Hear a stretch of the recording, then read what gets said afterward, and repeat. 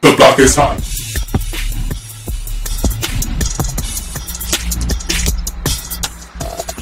The block is hot. Yo, yo, yo.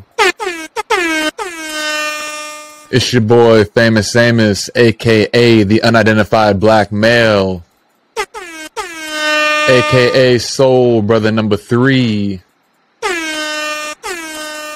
a.k.a. your mother's last mistake, a.k.a. Mr. Solid Snake, and last but not least, Mr. Billy Bordeaux. And we are very proud to have a guest on that has solidified himself in more than one way, and I'm going to go ahead and allow him to introduce himself. What's the deal, Lokes? What's the deal? Y'all already know the script. It's your Loke, the Gilligan Slayer, Milk, a.k.a. Milk74 from Miss Milk TV. So, it's been a while. We've been taking some time. Tim is still on his sabbatical. He's out there doing his thing. It's okay. Don't worry. He's out there killing it, crushing it. He's hitting some open mics. He's out there traveling. He'll be back soon. We're going to be having a good old-fashioned reunion tour once he gets back in town. But until then, let's go ahead and enjoy the time with our guest right now, Mr. Milk74. And, you know, this has been an interview podcast situation that's been in the making, and it's been a pleasure right now to have him on the platform for all you blockheads out there that are listening. So just to start out, Milk, you know, let's get a little bit of information for those that don't know anything about you. You know, where are you from? You know, who are you? Where, you know, what's a little bit of your background history? I'm Milk. I'm from South Central LA. I've been in LA all my life. I've been in LA all my life. I was adopted at 7 days old, so to a black lady. So I grew up in LA my whole life, bro. South Central, a little bit of like Baldwin Hills, like Windsor Hills, yeah, like Windsor Hills. So like Windsor Hills in LA, pretty much. When we was younger, we moved to a few places. Like the first I really could remember was like the east side of LA, maybe like Avalon or McKinley and something. It was in a house. This when I was real young, probably like 1, 2, 3, 4, maybe 4 or something like that. We lived over there. Then we went to right off of Crenshaw and Vernon.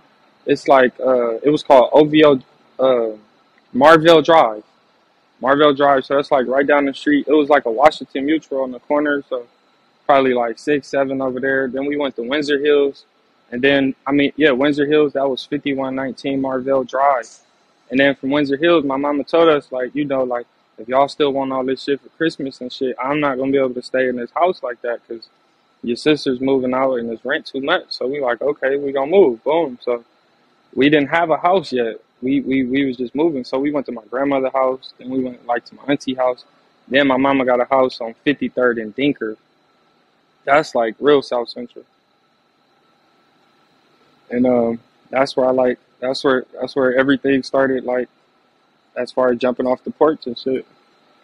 How many people do you have in your family? It's pretty big. Like the lady that adopted me, she came from Shreveport, Louisiana. So, you know, back then they family was having, like, I think my mama got like 10 siblings, if I'm not mistaken. Booker T, Uncle Junior, Uncle Frankie, Uncle Joe, Auntie Liz, Auntie Lois. Yeah, it was like 9 to 10 siblings, bro. So, they had a big family. And my mama had already Greg, Maisha, and the twins. So she already had 4 kids before she got me. Take that 7.4 and get your mind right. Yeah, no, we good. So, yeah, man, just give me a little breakdown about, you know, just what it was like, you know, growing up as far as, you know, how many family members do you have, you know, brothers and sisters, you know, especially, you know, coming from an adopted family from, you said, Shreveport, Louisiana? Well, that's where they originally came from. Yeah, that's where her mother and siblings came from, Shreveport. So when she adopted me at 7 days old, 7 days after that, she adopted another boy. He was 14 days old. So she adopted two of us within like 2 weeks, and she already had four kids that was pretty much already grown. She had an oldest son. She had twins after that, two girls, and then she had another daughter after that. So she already had four. Um, and they all lived in the same house, like the same house. Ever since I was little, like they all was in the same house until about like the early 2000s. I think that was the first time my sister moved out. So before that, you know, it was like just all of us, everybody in the house, like at one time. All right. I mean, that's a beautiful thing. I mean, coming from like a smaller family like that, I only got one sister. You know, I got cousins, but even though my cousins are in Compton and South Central, it's like it feels like we're almost like extended distant cousins. You know, I got some cousins that live out in the South and in Detroit, but you know, even them, you know, it's like we rarely even talk to those families. So, you know, I've always been kind of like jealous of people that have, you know, bigger extended families, you know what I mean? So, you know, that's pretty cool. Yeah, and then Have they was you, already older, so then they had kids. So like they had kids the same age as me. So I had nieces that was like my same age. So like I always had first cousins that was my age. So yeah, it was a lot of people. And then, you know, back then we used to go to my grandmother's house like on the weekends and run crazy, like all of us. There used to be a lot of us, bro. that, and you know, that's another thing to touch on too. Cause, you said you started out in just various parts of, you know, LA County, and No, then LA. you went to No, that LA, was LA. LA. So LA, you know, and that's what I was gonna say, you know, because you know we talked off camera, you know, off recording about just, you know, LA County, how, you know, I'm from Pomona, you know, it's LA County, but people don't consider us a part of LA County, even though, you know, if you look on the map, we still a part of that motherfucker, you know. The LA Fair is at Pomona. Yeah. So Nah, I always get confused. I always been in LA. I ain't never been in like LA County. I have never stayed in Watts. I never stayed in Compton. I ain't never stayed in Pomona, Paramount. None of that. It was just always LA. It was either 53rd and Dinker. Before that, it was Marvell Drive. That's kind of like a Windsor Hills is like, you know, where all the rich black people at, like own all the Hmm. houses at. So that's where we was at for a minute. And I remember she was paying like 2,000 or 2,500 rent back then, like in the 90s, like 99, early 2000 there. So Yeah, and that's, you know, inflation. That's just probably like almost 6K right I probably now. voted that. Yeah, for sure. Yeah, and then I remember you hearing just, you know, because I've deep dived down into your page, and I know you've said that when you hopped off the porch, you were on 53rd and hmm Dinker. Now, explain to all my listeners, you know, what that really means in LA County. Well, so before I lived on 53rd, like I said, we always lived in LA. It was either the east side or it was somewhere in LA. And my grandmother, my mother who adopted me, her mother, they came from Shreveport, but they got property out here like in 1965 on 79th and Figueroa. It was 606, 608 West 79th Street between Figueroa and Hoover. So they had that in 1965 before gangbanging really even took off. So we was always over there, Yeah. like so. But I always knew what the streets was. I always knew what all that shit was. But we never really lived like in the heart of the ghetto when I got older. Like I mean, like when we lived in on the east side when I was younger. But when we got like 9 or 10, we was on Olympia, which is still kind of like semi whatever. Then Marvell Drive is kind of tucked away. But if you go a mile away to the 7-Eleven, that's like the heart of the 6-0. So, you know, it get crazy in LA. Hmm. But so she told us, you know, she can't really pay that rent no more. So we going to have to move somewhere else. Boom. So we land on 53rd and Dinker. I had just finished, I think, elementary, if I'm not mistaken. So I was in middle school. So I went to John Muir. You know, I had to walk from the house because I didn't want her dropping me off and shit. So I walked from the house, take the Chesterfield Square. We start catching buses early. We was on the bus at like 10 and a half, 11, 12 years old. By the time 12 came, we could get from here to anywhere in LA County on the bus. But so, yeah, it was just different, bro. It was like crazy. As soon as we moved over there, it was like shootings right next door to us. People walking up and down the street, coming back, shooting at the people. It was all type of shit. Now, that's something where I can relate to as far as my grandparents, same thing. You know, they were originally from Birmingham, Alabama, moved to Detroit. That's about the same time that they adopted my mom, came out here in the 60s. And they actually moved, you know, close to one of the spots that you had listed in your, you know, liquor stores to not go to and survive in the South Central, you know, bit. You know, I had to show my dad. I was like, man, check this out. This is the spot that I would always go to, and just, you know, because again, when you grow up, you don't even think about, you know, potentially if this is a bad liquor store or not. You know, it was the one right by the Mama's Barbecue. Oh, okay. Yeah, on Imperial. Yeah, on Imperial, because that's my grandparents grew up.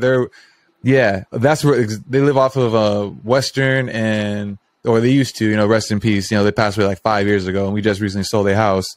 But they lived off of and the hood, because my dad, he was up on gang culture. Because for complete transparency, my dad was a parole officer, you know, but you know, towards the end of his career, he was thugging. You know, he was smoking weed, doing all that shit. You know, he didn't give a fuck. But my mom, she was a youth authority officer, and her whole thing was she wanted to try to be a guidance, you know, and try to change people's paths. And my dad, same thing. You know, he didn't want to ever be a cop and, you know, book someone. But when someone gets out, he wanted to try to be a guidance and actually try to you know, be an influence and be like, and give someone a fair shot, not be someone trying to always constantly violate someone and put them back into the system.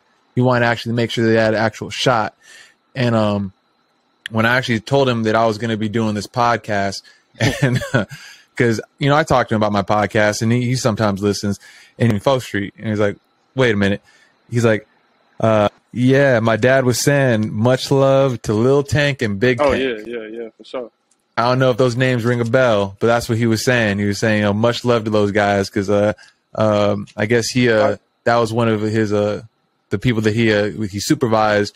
But he said those are some real good dudes, you know, real solid. They're way older than me, but I know who they are. Exactly, you know, probably, you know, I don't know how old you are, you know, because I don't think I've even heard you know, your age bracket, but I mean, for transparency, you know, I'm 30, so. I don't know if you're older than that, younger than that. I'm like right there. I'm like right there. Okay. So it's like, he was just saying, you know, that it's crazy because my dad, you know, just to give you a background of my dad's pedigree and just where he grew up in LA, you know, originally, he grew up in what was known as, you know, the old Fruitown Brim neighborhood, which was originally back in the day, the Gladiators, you know. So he grew up on First Street in Mission, Aliso Village, and then he moved out by USC off 50th and Gramercy. So that's where he was at. So he's been in multiple different spots, you know, and then, you know, I got cousins out by Tragnew Park and shit off of Alondra and Central, but they're kind of scattered. But then they've moved since from there. I don't think they even live there anymore. But, you know, again, my dad was just saying, you know, just a lot, because I showed my dad your videos about, you know, the places to not go to and things like that. And he's like, just talking about the Louisiana fried chicken, you know, like, it's like we've gone there multiple times together and shit. And just like, we don't even think twice, you know, just like same thing with Tam's burgers and shit, like fucking going to some like the Rally's burgers, or even going to just like some of the fucking joints that you've been listing on your videos. It's like, and that's where I wanted to touch on now that we've kind of broken down your history, where you've been at, how you are, you know, a valid Los Angeles native. I mean, yeah, because like we wasn't on 53rd forever. Like we was on 53rd probably like 3 years. But that's why I jumped off the porch at. Like I was young, I like jumped really like off the porch. Like the first robberies, the first burglaries, the weed selling, the smoking weed, like everything, bro. I just was in the streets for real. But we was over there for 3 years, bro. Like I learned how to like do everything pretty much over there, really. And I mean, stripping bikes. I would say like my homie who lived across the street, his daddy had a. So were you like middle school? Yeah, I was middle school. Yeah, when we moved over there. And okay, so that's another point. I would say those are like the most formidable years. Like once you start actually going out and shit. Like that's when I started like getting into graffiti and shit. That's when we started like stealing paint cans and doing shit like that, you know, because we couldn't buy spray paint, you know. And back then they really didn't have it locked up. You know, there were certain stores you could go to and it wasn't locked up, you know. So we could rack a few cans, do what we have to do. So, but we started taking the bus, you know, on your own, you know. I started walking to school in 3rd grade because I lost my mom young. My dad had to go to work. I was a latchkey kid, you know. I'd be going to different friends' house after school or doing shit like that, and then walking home. I'd walk to soccer practice or basketball practice, and then walk back home, shit like that. And you know, being in parts of Pomona that you shouldn't be in, especially because I lived in the south side of Pomona, which is predominantly Hispanic, you know, and being a black kid in that side, you know, you always got to have your head on a swivel just because you may get pressed for the wrong reasons. But, you know, I don't know. I never had that issue because maybe it's because the way I talk. Maybe it's just because the way I carry myself. I've always had a lot of respect because my godmother, she's Mexican. So as a little kid, I spoke Spanish, you know, in like 1st and 2nd grade and kindergarten. But when she moved, I lost it. You know, I can barely speak Spanish now. I can kind of understand it, you know, but it's like, it's gone. You know, you lose it or you use it. You mean you use it or you lose it type shit, you know? So I would say that's, you know, 53rd and when you're on that part of your life, 53rd in Dinkard, middle school, I get that. So then what was it like in high school? Like those type of years growing up? So after 53rd, I made it through that. We moved to my uncle was renting some apartments on 112th and Normandy. But just take you a little back real quick. Like when growing up, I always got in trouble in school. I always, like for some reason, I always got in trouble. So by the time I made it to high school, I couldn't even go to a regular high school. I had to go to like a continuation, like them, shit like that. So okay, I know what that's like. I moved to 112th and Normandy. My uncle Frankie, he was managing an apartment building over there for like 10 or 15 years. So my mama moved over there in one of the apartments. Horrible area. I mean, they didn't even have no police that really patrolled that area like that. It was that bad. They just put a sheriff station over there probably like 6 or 7 years ago. They just did. But when I was over there, it's bad. It's right down the street from Washington High. So high school, it was cool, but it's like right when I got to high school, let me see. I was there. Boom. Yeah, like right when I got to high school, my mama died. So that shit kind of like changed a lot. That shit kind of and I can imagine, because it changed a lot. It changed the living situations. It changed everything. Like a whole complete 360 happened. Like, and I was young too. I was 14. I remember that shit. That was my next question too, because you know sometimes I know what it's like to have one parent, and that was always my biggest fear growing up, is if like my dad doesn't make it home one day, you know, especially being in his career field, you know. Yeah. So I can only imagine, you know, just having a mother who's just doing a regular job, you know, or just whatever she's doing, and then to have her pass, and she was already, you know, now it's like you got nobody. She was already older, you know? too. So when I was in middle school, I used to always having thoughts like, damn, I hope she don't pass away when I'm at school. I used to really be thinking shit like that because I already knew she was older. She was already like in her 50s, I think. Like when I was in middle school, if I'm not mistaken, she was in her 50s. She died at like 63. I think she was 63, Damn, if I'm not mistaken. And that's how old my dad is right now. Yeah, I think she was 63. And that's still young. Like that's not even old.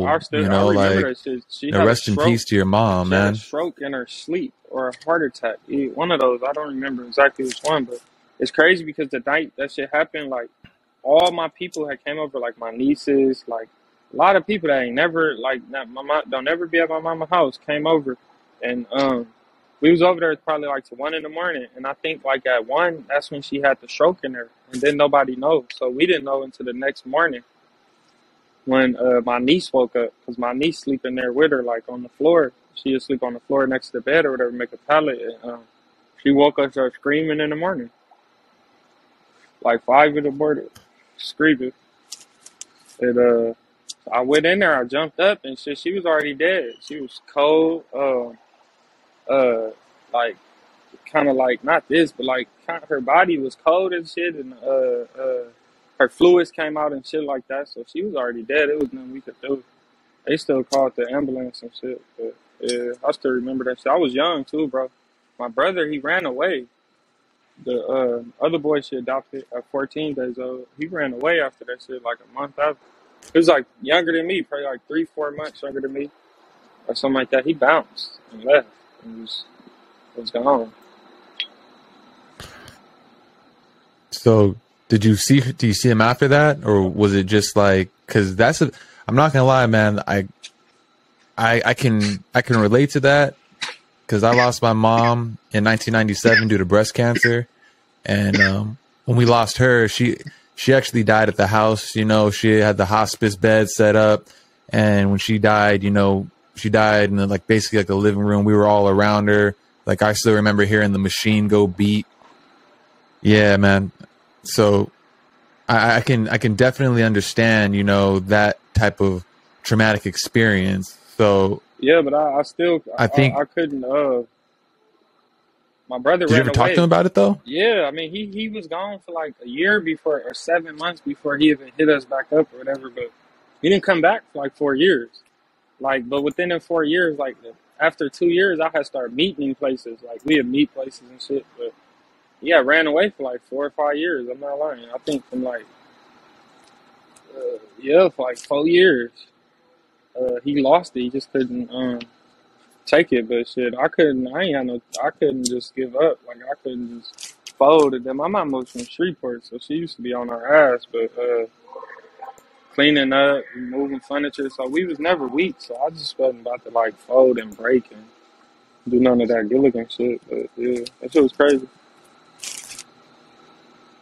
Well, yeah, man. I mean, that's what you got to do. I mean, at that point, it's like you're the man of the house. You got to make sure you hold it down. You got to make sure you're taking care of your sisters. You got to make sure you're looking out for them. So, I mean, Oh, they that's what you grown. got to No, do at that no, they point. grown. They need to be trying to Yeah. take care of me. I'm a kid. Oh shit. I'm Those are 14. so They you were the Well, I youngest. was like the next to the youngest. My brother he was the youngest, but I was next. I was 14 at the time. They was grown.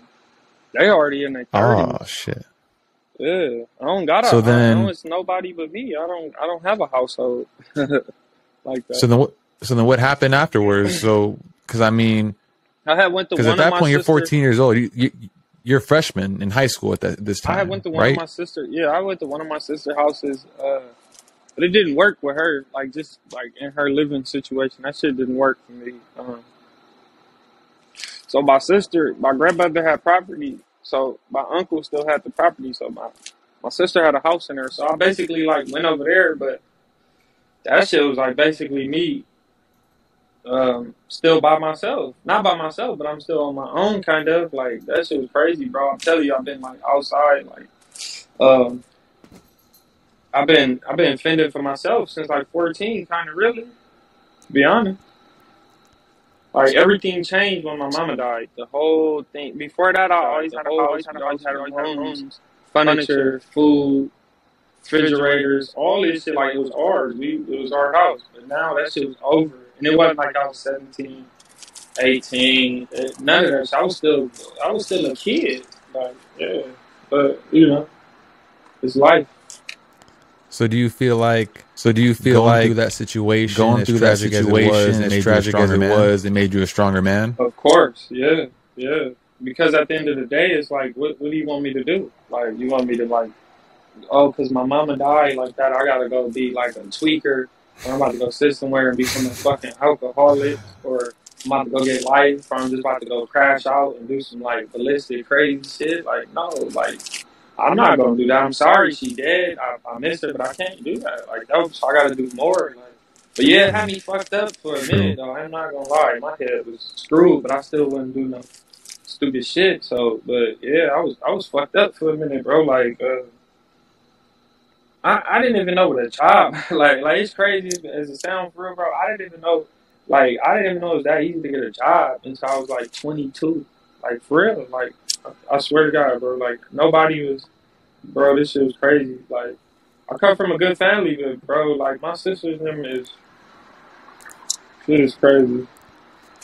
So then, So do you, then, so, do you, you so, know, your But you mother know, it was passes, hard you on know, your them mother too, passes, because that's yeah, their mama. They been with her longer than I've been alive. So of true, course, but still, true. they was already older though, but they got kids and shit. They in their 30s. They at the time And they also 30s. had to and be they strong also for their had to be kids that strong lost for their their grandmother kids that too, lost you their know, so grandmother they're too, trying to you know, so they're cope, trying to cope, move on. trying to Then you move got to on. deal with Then you got all to of the deal with estate issues. all You know, of you the got to plan estate a issues. funeral. You know, you got to plan a get the funeral. You services got to together. get You the got to take services care of together. her You got to affairs. take You know, care you of got her to. affairs. There's a You lot know, that you got to. comes. There's a You lot know, with that that after comes. someone You know, passes with that away, after which is, someone passes you know, a away, lot. which is, you know, a lot. So Yeah. you know, I So can understand. You know, I can their kind of understand. You know, grievances on their that kind of end, but grievances on that But I was end, still a but child though at the end of the day. So yeah, it's like it was crazy, bro. yeah, I'm telling you, like people don't understand. Like they be like, "Why you in the house so much, motherfucker?" Because I was outside there. Like, cause you gotta think, my sister, that house, bro. That it wasn't like I had to be in there a certain time. It wasn't like I had a real room in there. It's like I'm in the living room, so it's like I gotta wait till they go to sleep type shit. They sitting up partying most every day, music. This is our property, so it ain't like no restrictions. They do the fuck they want to do type shit. So it was crazy, bro, for real. But I still went to school. I never stopped going to school. I never like none of that. I kept going to school every day, like every day. So did you So graduated? you graduated? See, and Yep, I like, graduated. all right like, then. So all right then. props So to that, because I props know to that, people because that I know lived people that in live way better in circumstances way than better everything you described circumstances right than now, everything you and described couldn't right even now, fucking and graduate couldn't high even school fucking graduate in high Pomona, school you know. in No, I, Pomona, I you know. graduated. So I that's what graduated early too. so that's what I'm saying, you My know. age. So that's what I'm Yeah. saying, I you wasn't know. even 18 Yeah. yet. Oh yeah, see, I got a late Oh yeah, birthday, see, so I I got a graduated late at birthday, so I 17. graduated at So 17. it just So it was fucked up because it all was my fucked friends are up 18 because and all shit, my talking friends about are you trying to go to 18 the and club shit, and talking shit. about you trying to go to the club Can't and get shit. in. I had to get a fake ID. Can't get in. I had to get a Just fake like, ID. No, You know, that's just so I can no, hang out and that's kick what I'm it. saying. I wasn't 18 yet either when I graduated. I don't think I was 18 yet. I think I was Yeah. 17. Mhm. Yeah. Yeah.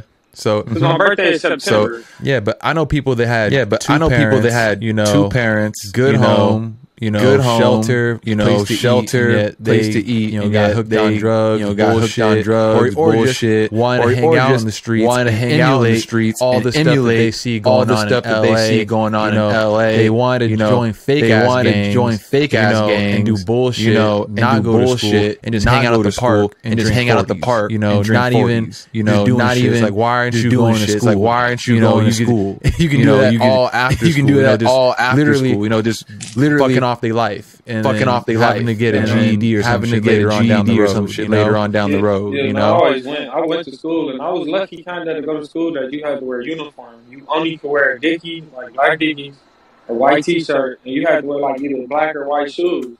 So I didn't have, I could wear them same dickies, like 2 or 3 pairs of dickies and be cool. But yeah, that shit was crazy, bro. Like, but I just had to keep going to school, bro. I went every day. I never stopped going, never. And I finished too. Finished that shit.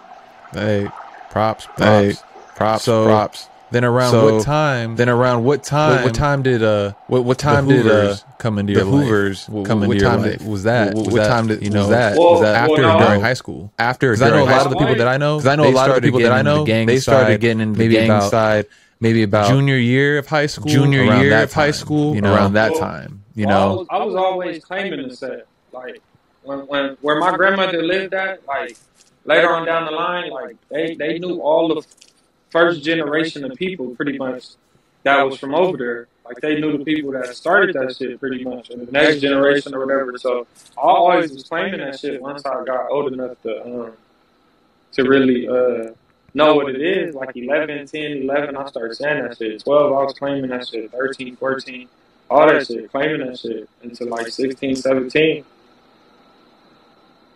But it was always, I was always So- over there. Like that was my grandmother's house. We was always over there every weekend, like every other day. And her house was like everybody was over there. We'd go to the laundromat on 79th and Fifth to wash the clothes. Used to be like 50 people in that parking lot. Like LA was different. Like people really used to like hang out. So it was like people, everybody in the motherfucker. And I was the only white kid over there, so everybody knew who the fuck I was.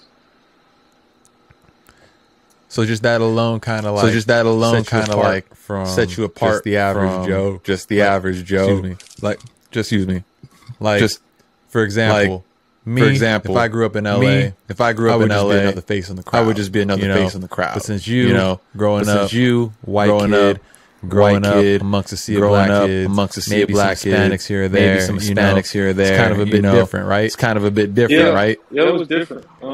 Because granted, Yeah. Granted, I wouldn't say you're like. Is it fair to say that you weren't? Is it fair to say that you weren't the kid, but you were only probably white kid, like, but you were out of probably 100%, like out of 100%, like 3, like No, I was- 5, no, I like was 3. the only one, G. Oh, word, Oh, goddamn, Bro, in LA, like, damn, South Central shit. LA, like 2000, early 2000s, 2002, and all that shit. There wasn't no other white boy that I seen over there.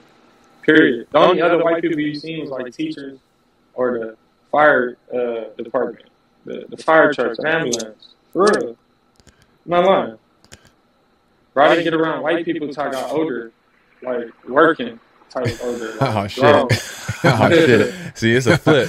I grew up in technically. I grew up like, in technically like Pomona's the burbs. Pomona's the you know? burbs. So I mean, people try to make it seem like it's the people hood, try to but make it's really it seem the like it's the suburbs, hood, but it's really the it's suburbs. nothing like that. It's nothing like it's that. predominantly Hispanic. It's predominantly North Hispanic. side is where the North blacks are side at. is where but the blacks even are then, at. it's like But even then, it's the like black community is so small. the black community is so small in to the Hispanic comparison, community, like to the Hispanic that is community, mainly that is Hispanic, mainly white, and then you got Hispanic, like white, Chino, and then you got Chino like Hills, Chino Hills, where your favorite boys at, where your favorite boys at. Fuck that. So I mean, that's So what I I'm mean, saying. It's just like that's what I'm saying. I It's just stuck like out. Like when I went I to stuck elementary out. school, Like when I it went was to elementary basically school, like it you was could count all the basically black like kids you on could one count all the hand. black kids That's all on it one was, hand. you know. That's all So it was. You know, I could So definitely see the roles. I could definitely see being the flipped roles reversed. being Well, flipped wait, and let me reversed. take that back because I don't want to. I'm not about to lie, but I didn't think about this. I can't lie. Elementary, but I was too old to even recognize really what the fuck was going on. But elementary, I think I went to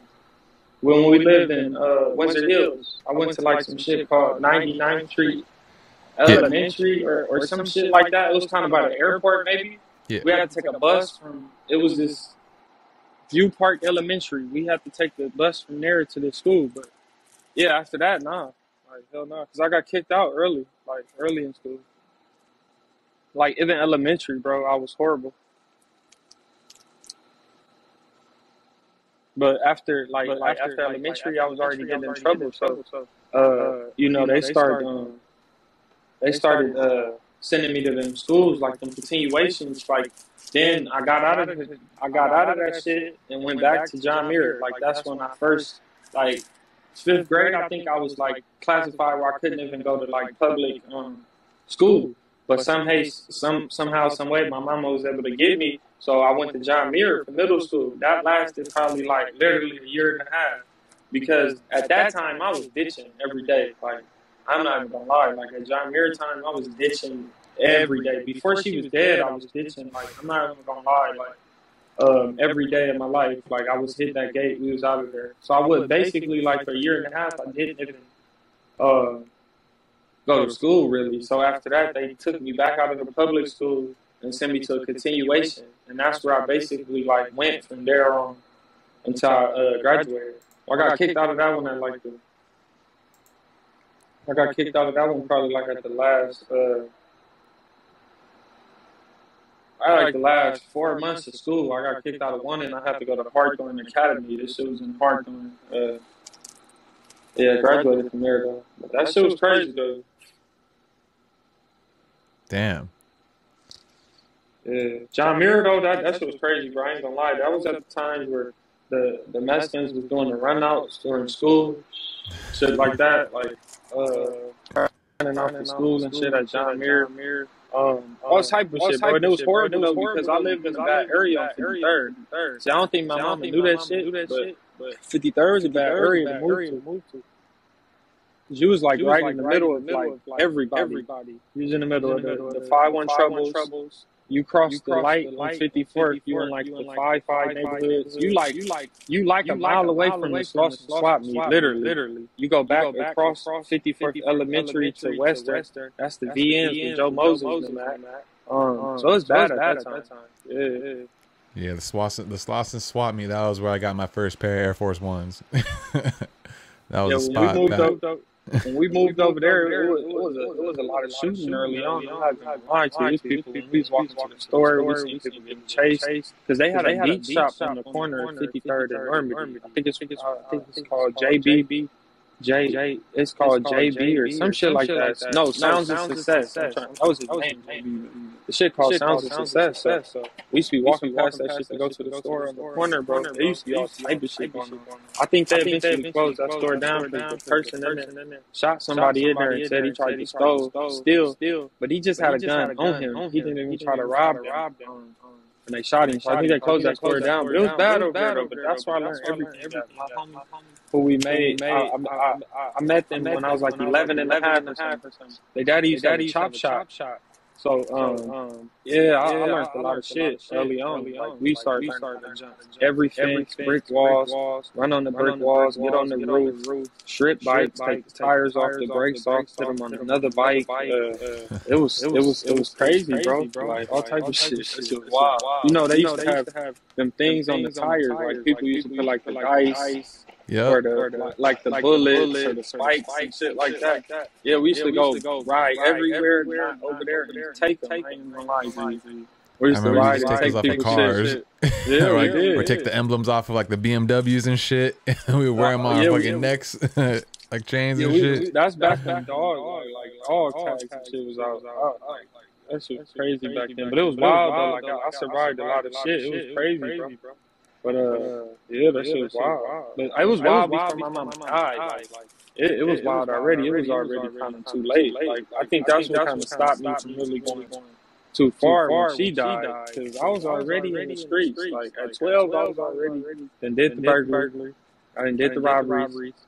Been in the cars, running from the police on the bikes, doing mini bikes. Bro, I seen crazy shit on mini bikes. All type of shit.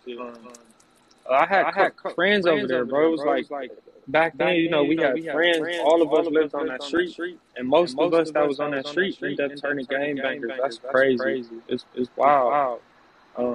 So did you have any friends that like? Because I've had friends that you grow up together, you're really tight, and then all of a sudden you grow apart.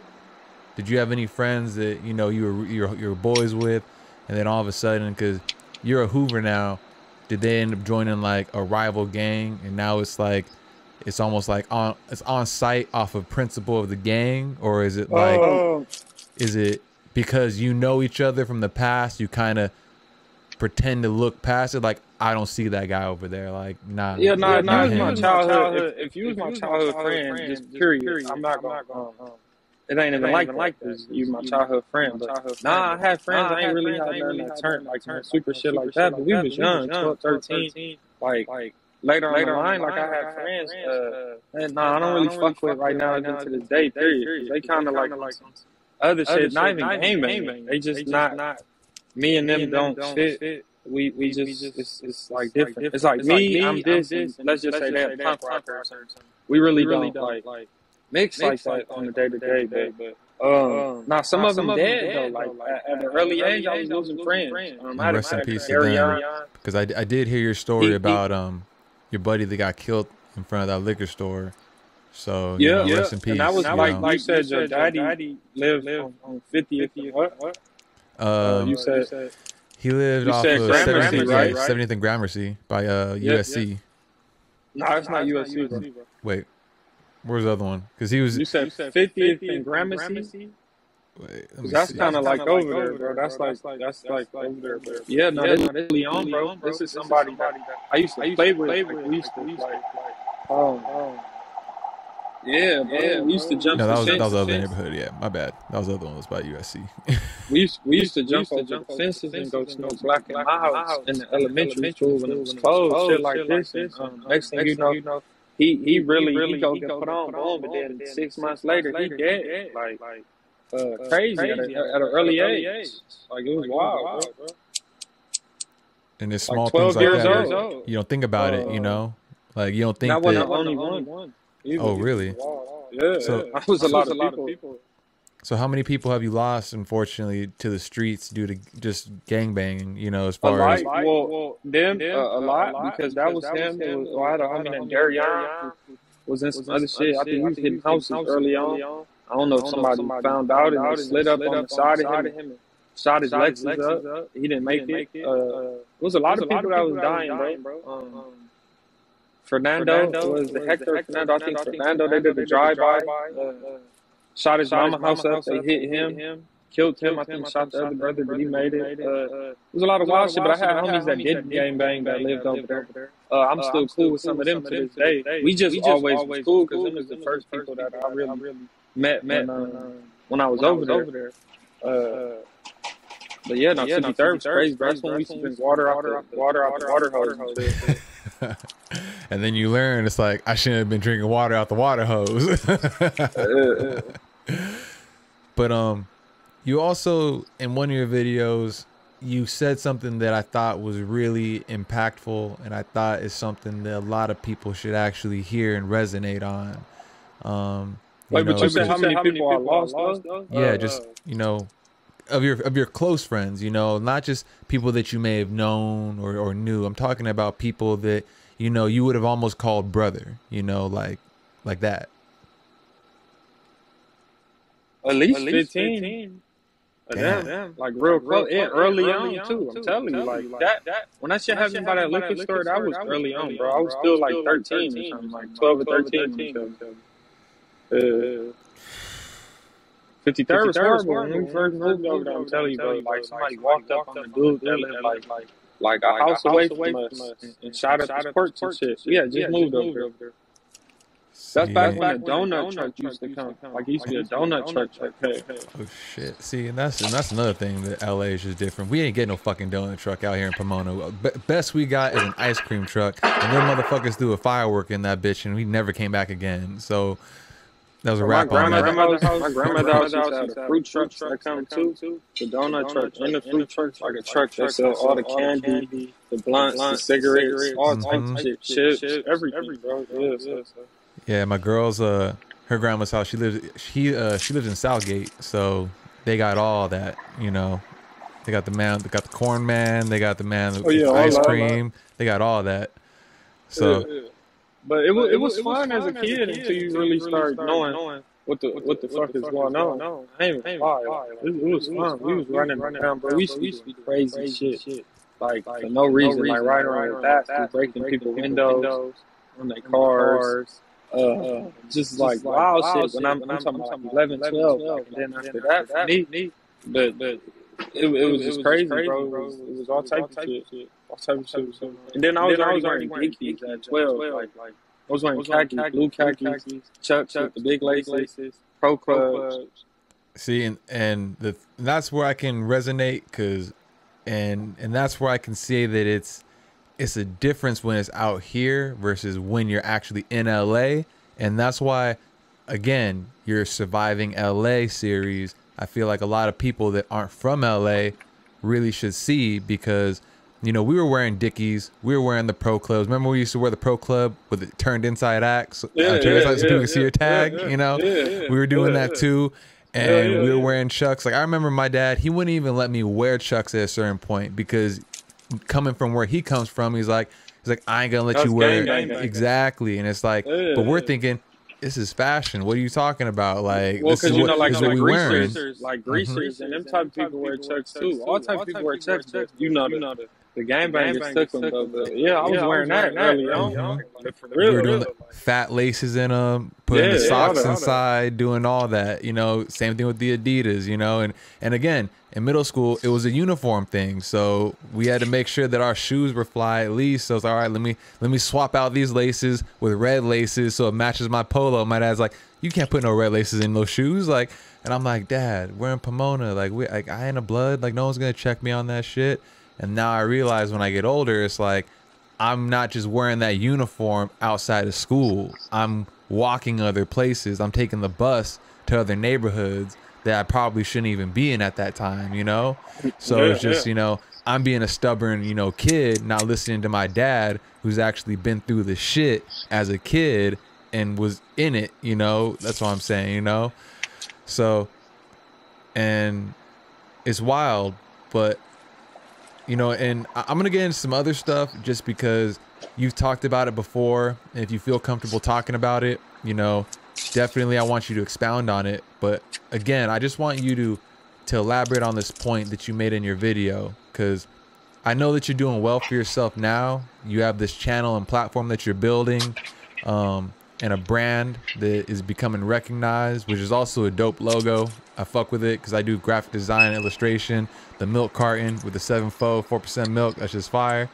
But you said in one of your videos, because people try to check you on your certification, oh, is he really from Hoover? Is he really certified? Whoop-de-woo, all that shit. And it's like, oh, he doesn't go to the hood anymore. He's not on the block. He's not doing this and that. And I remember you said, at what point do I leave? You know, like, am I supposed to stay on the block forever? Like, why am I supposed to be hanging out with men all day? Am I not supposed to find a woman that I can be with and hang out with and, like, you know, grow and evolve? Like, do you think that that might be also an issue that may be predicated within, like, the culture, you know, quote unquote, for gangs? Because I understand that, you know, it was a point in your life, and almost like a fraternity, you know, you're rocking it hard in college, woo, and you'll never not be a 7'4" Hoover. That's always gonna be a part of you, and that's who you're always gonna be. But at the same time, do you got to be on the front line every single day? Do you got to be, you know, hitting up streets, whacking people's shit out on walls and shit? Like, at what point do you get to evolve and become an OG necessarily, or just, you know, grow as a man? Well, yeah, I don't really care about being like an OG or nothing. I don't care about that. I'm just saying, like, when do you do something else? Like, when do you try to do better? Like, because other people got to see shit too. Like, it's crazy, like, in the streets, because people should be able to become lawyers. People should do all this shit. But a lot of people on the internet don't understand. Like, I've been outside in the streets since I was like 12, 11 years old. I was outside before they was born. When they wasn't outside, they was still in the house. I don't know their circumstances, but I've been outside since I was 12. So you got to think, like, I've been outside a long time. So when am I able to go sit down and do something else, bro? Especially if I'm doing something like positive and I'm like building a platform. Like, I don't know, bro. At some point you grow, your thoughts change. Yeah, everything changed, bro. I don't know. Nah, I'm still from Figueroa. People know that, bro. That ain't gonna change. Like, I would never forget that. I'm still gonna do shit over there, all type of shit. But like, you can't. Everybody, let me just hit it like this too. It's everybody you've seen become successful and try to do something like at a close hand. What happened to all of them? All the rappers that blew up, or period, that tried to go be over there every day and do shit. What happened? End up You want to dead. start the list off? Nipsey. Yeah, because he's too easy to get in contact with. Like, he's too accessible, bro. That's the thing. It's the list of people that died like that, bro. I'm not doing that. You got to take heed to shit like that. And yeah, man, you got to worry about Ricos. And you seen them? They was gonna hit him with a Rico. They just hit a few people with a Rico, so you got to worry about shit like that too, bro. And now that comes back to a question that, you know, I originally slid into your DMs about, because I thought it would make a good video just for you to touch on its own point. And that's because I saw your first videos just about hats that you can't wear in LA. And, you know, I'm wearing a Raider hat right now. I'm a Raider fan till I die, unlike my dad, who became a bitch-ass Rams fan just because they came back to LA. That's another story. But, you know, my question was, and I know the answer, but I wanted you to give your answer on it. You know, there's gang units. They know what these hats represent in LA according to gang culture. But in the era of, you know, monetization and marketability, and most gangs have an artist in it, you know, why do you think no gang has trademarked a logo for themselves, like a bike club, you know, like motorcycle crews. You know, they'll basically they'll go ahead and create a logo, an organization, and then they'll have barbecues, parties, cookouts, and make mad bread while using that same logo. I don't know. And then the logos that they wear, bro, like sports logos. Every logo that somebody that a gang got in LA is a sports team logo, bro. And then they're giving that money by buying all those hats to those sports teams, by buying jerseys, whatever it is going back to either a baseball team or a football team. They probably don't even watch that team either. Mm-hmm. Meanwhile, you have, just for like a hypothetical, like the Mongols or something, or like the Black Knights, or any of these motorcycle clubs. I bought a lot of San Francisco gear myself too. Are you a fan? No. That's what I'm saying. But it's like it's the SS. I bought the jackets, socks, the pajamas, the hats, the beanies, the snow beanies, like all that shit. Because I know I've done security before, and I saw a dude wearing a Dallas hat, and I was just, I'm talking football. I'm like, oh, so you ready for the game tonight? He's like, oh, I ain't a Dallas fan. This is on some gang shit. And I was like, oh, okay, cool, man. Like, all right. And then, another Raider fan, he was wearing some Raider shit in blue, and I was like, all right, go Raiders. He's like, oh, I ain't a Raider fan. This is on some gang shit. And I was like, oh, I didn't even know the Raiders was on some gang shit. God damn. Like, all right, for sure, man. Like, I didn't know. And then, long behold, maybe my phone just picked it up. That's when your video, it stumbled upon my timeline. I was like, how many more hats do I not know about? Because I knew about some of the basics. Like, I knew about the Astros hat. I knew about the TC hat, the Twins hat. I've known about the Cleveland Indians hat. I've known about just like various hats, like the Mariners hat. Like, there's certain hats that I've known about, but then it just seems like there's extra hats, and then the various different colorways. And I'm sure Watts Homie Quan and Xavier, they've done their skits on, hats that you shouldn't wear in LA, right? Yeah.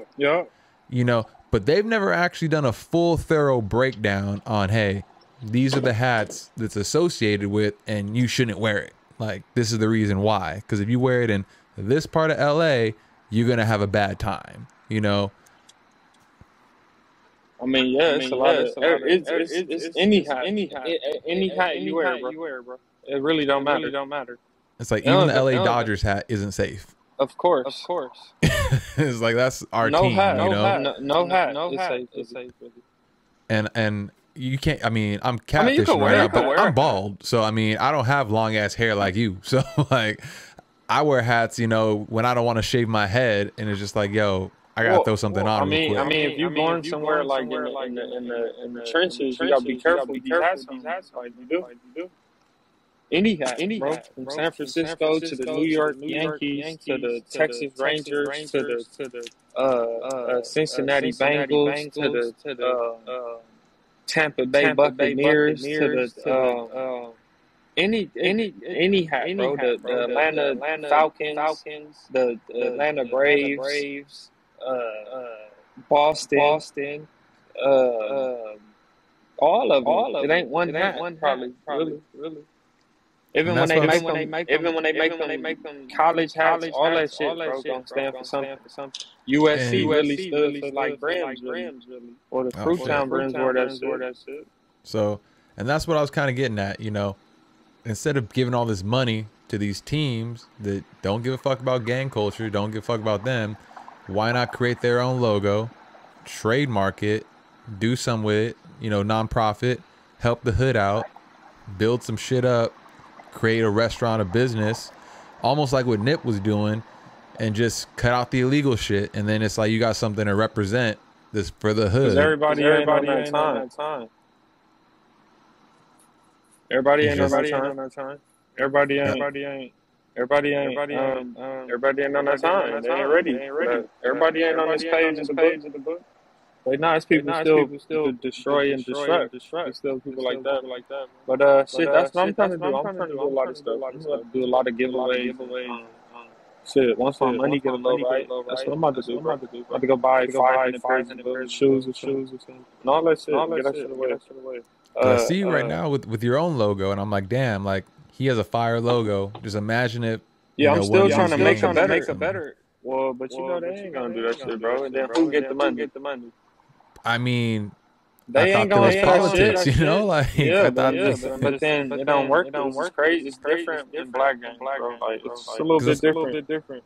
because I'm honest, you know, I'm an L7 weenie. I'm a square. I ain't gang affiliated. All I've done is graffiti, and I was never a part of any tagging crew. I was, you know, I was It's solo just like dolo. you got shit. a whole gang, thousands of people. What one person gonna get the money? That's gonna be crazy, bro. That's gonna be wild. It's just gonna be too much. It wouldn't work, bro. It'd be a lot of death. There'd be some lot of shit going on, bro. You gotta think about that. Then you're gonna talk about giving it back to a nonprofit, and they gonna be like, "Fuck that nonprofit. I want the money." Something like that. Like, yeah. Because my That's only just how thing it's was gonna go. a potential like RICO, because now you can associate the gang with a logo. That was my only reason why they wouldn't do it. But it's like you could potentially have that same issue pressed on any other hat, you know, because they'd be like, "Yo, we know you're with this gang,but then you can throw the Well, that too. But you right because but when they make the money start coming in. Because then now they gonna say, "Oh, y'all using this money to do this." So you gotta think about all that. A lot of people don't want that. We don't want no fucking federal indictment. You understand? I'm not on camera with people. I don't really take. I don't do no shit like that. They be want me to go record and do shit like that. I'm not going to do none of that. FBI like that. I just don't do weird shit like that, bro. That's boy. Listen, like I'm not Young Thug. I'm not about to build up nothing. That's like the whole time crashing out. Like you ain't the only one, but I'm just saying that's not what I'm here to do. Like the whole time crashing out. Like and I got like an opportunity to low key do something if I keep pushing. You feel me? Like I got like 92. And I got like an opportunity to low key do something if I keep pushing. You feel me? Like I got like 92-something thousand subscribers. So. hey, that's And almost you're almost 100K right now, and you know. It's basically the I've same. seen you I got grinding. 2 channels, but it's gonna be shit. like 2 channels. Probably I'm gonna What's do the the other music video reactions. It's basically just post like little small clips of the reactions. I don't know, but I'm building another channel too. It's just like 7,600 subscribers. I'm building another channel too. It's at like 7,600 subscribers. Okay. Well, shit, since we're on music, what's your current opinion on just like the state of So I don't really West listen Coast to hip-hop? music like that. And then we'll get to just hip-hop in general. Like I do a little bit. So I don't really listen. I'm the type that I've been stuck. Like I just listen to old music all the time. I do a little bit. Not really old like that. I'm the type that I've been stuck. I don't really listen to none of this new shit like that. Not really old like that. Bitches depends. Like I don't really listen to none of this new shit like that. I'm fuck with it. I mean, I'm on there just with you. I feel like it's something I gotta ask. I'm not gonna lie. I don't listen to a lot of this new shit, except for certain rappers I'll be listening to like my homies that be rapping. Lil Russell like Treyway coming 6K, out of LA. He's pretty dope. I'll be listening to like my homies that be rapping like Treyway 6K. And it's other people like Big Sad, 1900, Yellow Hill from West LA. It's a few rappers, but like overall, I'm just saying like I'm not a big fan of like Lil Uzi. It's a few rappers, but like overall, I'm not a big fan of like the ASAP Yeah, Rocky. that's what I mean. Like the Playboy Cardi and them type rapping. ASAP Rocky and like I don't really fuck with them like that. I never really. No, I was a fan of ASAP's like earlier shit, like when he dropped his first stuff. Or something like that. That's probably all I know. I ain't listen. I never was a fan of them. No Famous Dex. I listened to Chief Keef. Okay. I ain't listened. He first came out of them. No Famous Dex. Nah, never. I listened to Chief Keef when he first came out and shit. I never got into the drill wave. Like I kind of tapped in with Dirk a little bit, listened to a little bit of King Von, but a lot of it was more of the beats. But I liked a lot of Texas rap, you know. So, you know, rest in peace DJ Screw, Big Hawk, Big Mo, those guys, you know, UGK, you know, Rest in peace, Pimp C. So, but again, I feel like the West Coast sound has kind of I didn't really catered grow off up a on LA bit, music. and To be it's honest kind of with you, lost its wave. I Like we've gone listened through to more like fluctuations. Boosie, Webby. I didn't really grow up on LA music. To be honest with you, Jeezy. I listened to more like Boosie, Webby. Yeah, I was on. I was on all that type Okay, shit. Like I all that. remember. Even when Jeezy Yep. was on the Mixtape USDA. era. Yeah, I was on. And he had a group, USDA. All that. Even when Jeezy was on the All that shit, the USDA. Wayne. Yep. Wayne, Like I was on all that shit. So I remember it wasn't really nobody. All that shit, like the Wayne. Yep. Besides, I mean, Like I was on all Snoop that shit. Dogg, It wasn't shit like that. But wasn't nobody listening to Eminem like that. Besides, I mean, like Snoop Dogg and like some shit like that. But wasn't nobody listening to Eminem like that.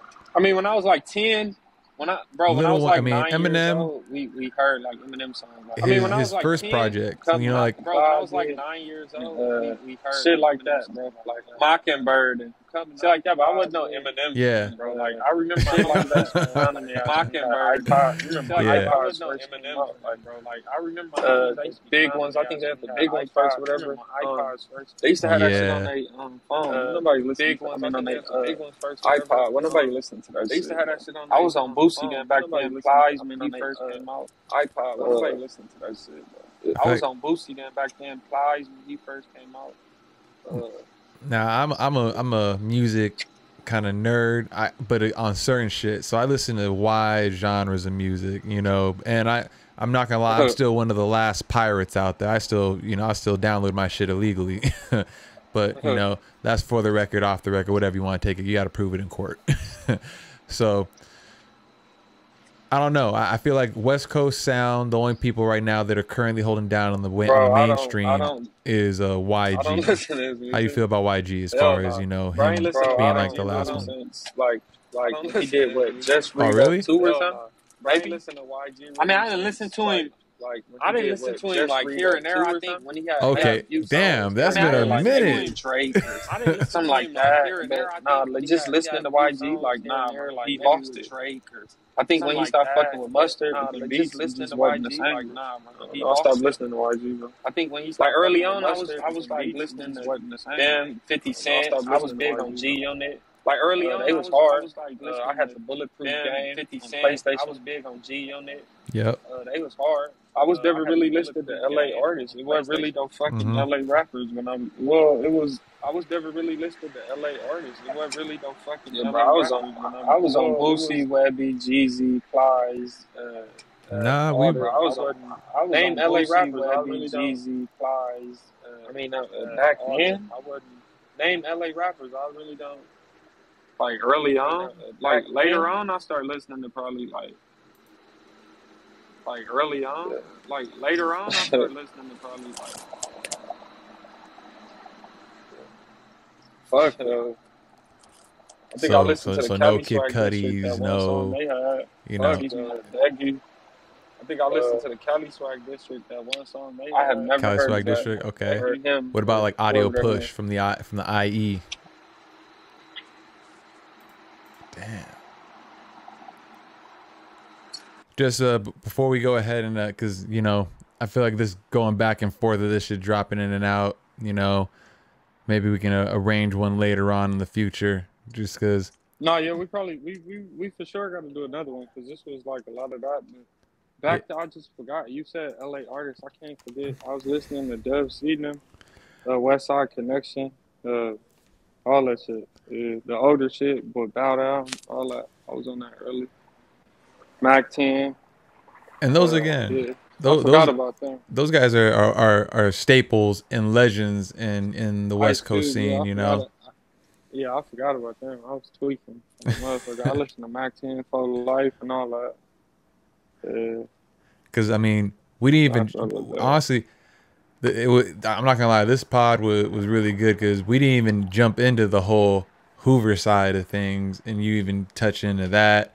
We didn't even touch into just, you know, some other aspects of your life, and you know what even led you. Because I was even on my list. You know, what even got you into starting your YouTube page? You know, what made you decide to even start doing this? I started seeing channels on, like, I was working at this time. I had just started working. I was doing UPS driver helper, like during the seasonal.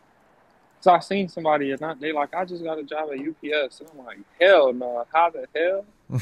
And I'm like, this is crazy. Like, if they got a job, there's no way that I can't go get one. So I'm like, I start looking. I'm like, oh, this shit's seasonal. So I'm like, fuck it, I'm gonna go try this or whatever. I start working. So I started, when I get home, I don't smoke and I need something to do. So I found YouTube. Before that, I really didn't even know what it was. I was never on YouTube, none of that. Never really uploaded videos or nothing. I had never been on here before. But I started watching shit and I started seeing videos of people talking about LA shit. And I'm like, they don't know what the fuck they talking about. They're probably not even from LA. And it just kind of went from there, bro. And then I started wrestling with the idea for like maybe 6 months until I moved to the next apartment, to the Sky Rise. And then that like 3 months into that, then that's when I started. And I was working at the time too. I was doing like 40, 50 hours a week working. Damn. So you're grinding it out, So I was getting off work. Yeah. Yeah, I was getting off work, working in the kitchen in the hotel and shit. Or I was working like little kitchen jobs at first. Then I got a hotel job in the kitchen. So I was good, but I was working a lot. I'm getting off work, taking a shower, moving up like 2 or 3 blunts, and then going outside. I had to go outside. My first video, I was basically sitting by a bus stop across from right next to a restaurant, across from on a busy intersection on 9th and what is that right behind Fig? That's I want to say Flower or maybe Grand. I think it's Flower. No, it's Flower because the restaurant was Hope and Flower. But that's basically where I did my first video at. And then after that, it was like this little dog park across the street. My apartment had a dog park, but across the street it was one too, but nobody never used it. And it was this little side that wasn't a park or the dog park. So I used to sit right there in the beginning where that wall at. I used to be sitting outside doing this shit until I got to 10,000 subscribers. Then I told my girl, I'm like, look, we going to figure this shit out because I have to smoke. That's the only way I could do the channel is smoking. Understandable. Like, the only way I could do the channel is smoking because it went against my religion, like talking on camera, doing videos, and shit like this. But I don't like shit. It's just a new wave, and I kind of caught it. I caught it at a bad end because should have been doing that shit. Should have been doing it 10 years ago. Should have been doing it, but shit, I caught it at a good wave out here because I started a lot of people to do YouTube. Like before me, it wasn't nobody in the streets doing YouTube. It wasn't no gang members. It wasn't none of that. Now, after I cracked off and they start seeing me kicking up all this dust, there's so many people doing YouTube out here now. Like I started a whole wave of this shit. So I came in at the right time because before me, being a YouTuber was weird. You feel me? That a lot of people probably was calling me weird in the beginning. Like, what is a YouTuber? Like all this shit. Like, this probably was crazy, bro. But I seen it and I'm like, First, I'm like, you can make money from it. But in the beginning, I'm like, I ain't really care about the money because I was working. And at that time, I was getting probably like, when I made the first video, I was at least at like $16.50 an hour. So I was getting good money. And I was exempt at the time. So I was getting good money. So I wasn't tripping off that. And I got monetized quick and all that. Like, it started like, at first, the views was like 300, 400 in 24 hours.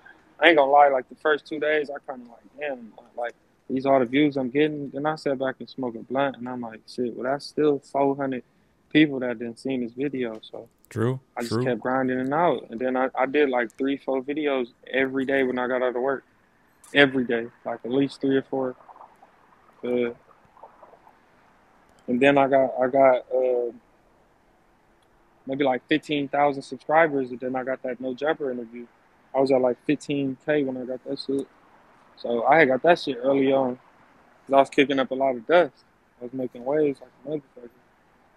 I'm telling you, it's a lot of people that wasn't doing shit with their life that's doing YouTube now out here because of me. I'm telling you, bro. It's a lot of people. I didn't see it. Like, so it kind of even turned you into like an inspirational figure, you know? Yeah, fuck yeah. I'm not lying. They ain't gonna say that shit, but I'm telling you, some people that will.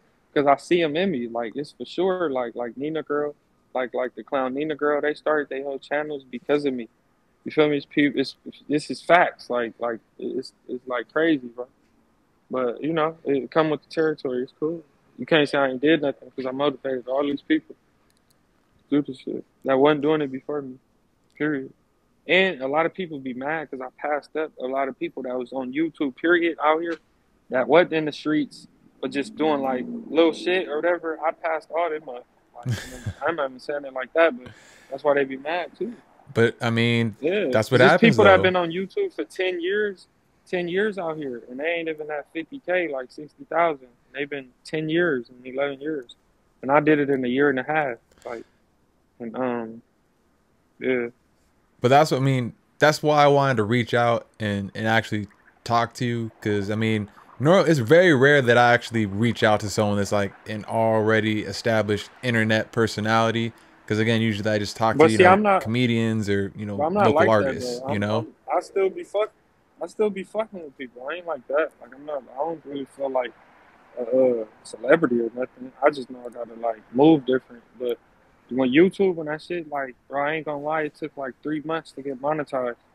So you have to get 1,000 subscribers, 4,000 watch time and shit like that. So I already had the watch time once I got 1,000 subscribers. So I got that shit kind of fast. And then the first check was like $100, 100 and something, maybe like 130 or something like that. And that's just, It was crazy. creating It was crazy. content. Yeah, not doing nothing high instead smoking weed out there. Really.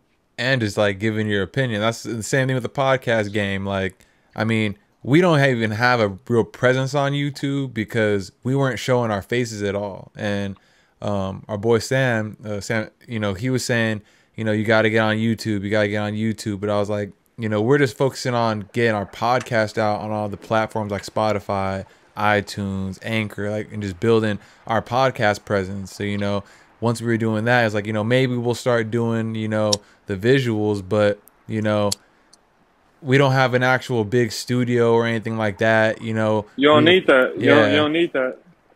You don't need that. You don't need that. And that's what we realized too, don't. because we've seen people do it You know with what less. I did it off of? Come on, G. You know what I started off of? The thing recording, bro. Just ask me. What do you think that I was recording with? Just a cell phone, huh? Yeah, but what kind? What kind of cell phone? Bro, it was.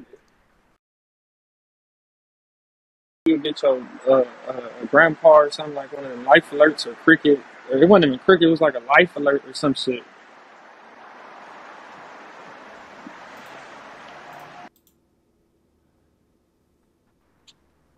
Damn, that's what I'm saying. It was a cricket. It was some bullshit ass like phone, like low quality, and it was crazy because if I would have been got a good phone in the beginning, shaved my face like that, made a better appearance, I would have been blew up faster. But like I was grimy and still getting it. That's what people don't understand. But I tell them like I put a lot of work in, bro. These people, I put a lot of stuff aside. I stopped going places. I stopped doing a lot of shit. It was just working YouTube, working YouTube, working YouTube, working YouTube. That's all I thought about. YouTube. See, and that's really, I mean, I hope for the listeners out there that are checking this out that, this is all you really need. And I'm not going to lie, the video portion of this is fucked, but I have an audio recorder, so I always make sure that I'm recording on the back end just in case this happens. So we'll at least have the audio version, and I can use thumbnails, and we can, I can edit it up, so at least we'll have the portions where we are talking, and then when it blacks out and cuts out, I'll put in logos and whatever, to make it look good. Hey, but people, like, I'm telling you, bro, a lot of people was like, they like, bro, when I first started, and like you're gonna get to 100 subscribers, you sending it to everybody like, oh, subscribe. A lot of people wouldn't have been sharing my shit in their story, so I was like, fuck it, bro. I just started going hard, like off of a bullshit phone for real, bro. I was doing that shit outside to 10,000 subscribers. So I was outside for like 2 months at least, like 2.5 months sitting outside basically, and then upgraded my phone to another one I found in the house, like an iPhone 7 or 8, something like that. It was better than the one I had, so it was a little better. Then I started learning how to do the reactions. I sat down for maybe 2 days and didn't do videos like that and just watched a lot of YouTube, figured out how to do the reactions, bro. I didn't want to ask nobody shit. I didn't want to ask nobody nothing because wasn't nobody trying to tell me shit. But this was new to a lot of people, kind of like, or where I was at, like the people I know. Nah, no, trust me, I feel you. It's trial and error. Even my little setup right now, I got my camera here, got a light, got my little mic set up, and You're doing better than me. It took 'cause I don't time, even you have know. that, and I got 92,000 subscribers and still don't even got nowhere to really Exactly. do YouTube at. Well, I mean, you got your crib. That's all that Crazy. matters. I mean, and I'm trust me. I saw the rise. You went from being outside, and then you got the balcony set up, and it still looks nice. You know, Yeah. I peeped the videos, man. You know, I mean, I'm not gonna lie. I turned Yeah, into the a fan of last the balcony- content. That's just dope. If you look at the videos from like 2 or 3, maybe like 6 months ago, I had another balcony, but it was just a train right there, so I really couldn't. Like it was horrible being a YouTuber living right there, bro. Because the I train lived be right on coming the side back where and the forth. train was at. And I was on the 21st floor, bro. Like, you know, the train never stopped. Mm-hmm. And then right there, it make that noise before it even get there. It make that beep, beep, beep, beep, beep. This is 20 floors. And you can still hear that shit. Ah, damn. Nah, man. I completely understand the grind that it takes. Yeah, no, that shit was wild. But I still didn't let that shit stop me, bro. I still did videos. You might hurt the train a little bit, shit like that. But I got a microphone. It cut a little bit of the train out. But it was horrible, bro. I had to get the fuck out of there. But I'll start doing them in the house and shit, though. Yeah. Well, shit, man. I mean, what's next? Like, what's gonna be the follow up? What's your plans? You know, what can the Gilligan fans or what can the Milk fans be expecting from you going forward? You know. Shit, I'm just about to keep pushing out the reactions. I got like a podcast I'm about to start once I get out this leasing.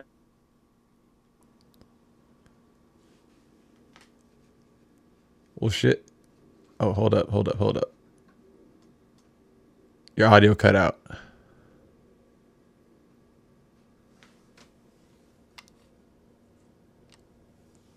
Hello?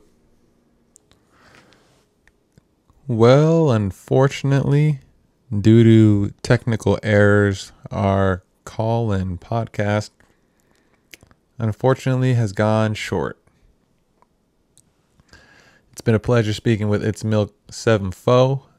You know, hopefully we're going to get him back on and continue this conversation and have another podcast going. But on this one, unfortunately, it just ran a little bit short. We're going to go next time with another option instead of using Riverside.fm. They really fucked us over on this one. So that being said, this has been another episode of the Block is Hot podcast. We're always happy to have you back. And for the record, what the fuck is this shit? And everybody can get it. all right. So we'll catch you next time. Thanks for tuning in. Catch you in the next one. Peace. The block is hot.